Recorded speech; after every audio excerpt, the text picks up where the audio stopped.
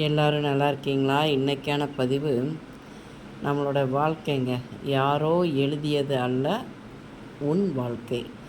நீ எழுதுவது தான் உன் வாழ்க்கை. பார்த்துக்கோங்க. கண்டிப்பாக யாரோ எழுதின வாழ்க்கையெல்லாம் நமக்கு கிடையாது. வாழ்க்கைங்கிறது ஒரு முறை தான். அந்த வாழ்க்கையை நம்ம எவ்வளோ சிறப்பாக வாழ்ந்து சாதனை பண்ணுறோங்கிறது தான் முக்கியம். பார்த்துக்கோங்க. பொதுவாக நம்மளுடைய வாழ்க்கையை பயனுள்ளதாக நம்ம மாற்றி காட்டணுங்க.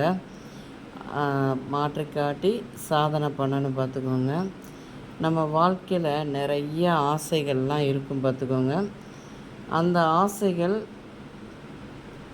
உறுதியான செயல்களாக மாறுகின்ற போது நம்மளுடைய கனவு வாழ்க்கையில் நம்மளுடைய கனவு நனவாகும். பார்த்துக்கோங்க.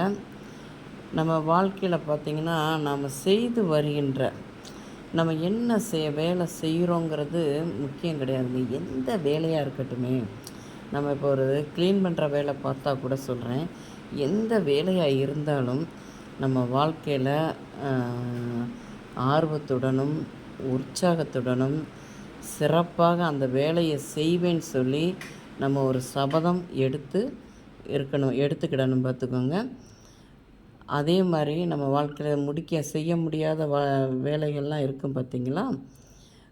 அந்த வேலையும் நான் உறுதியாக முடிப்பேன்னு சொல்லி சபதம் எடுத்துக்கிடணும். வாழ்க்கை நமக்கானது.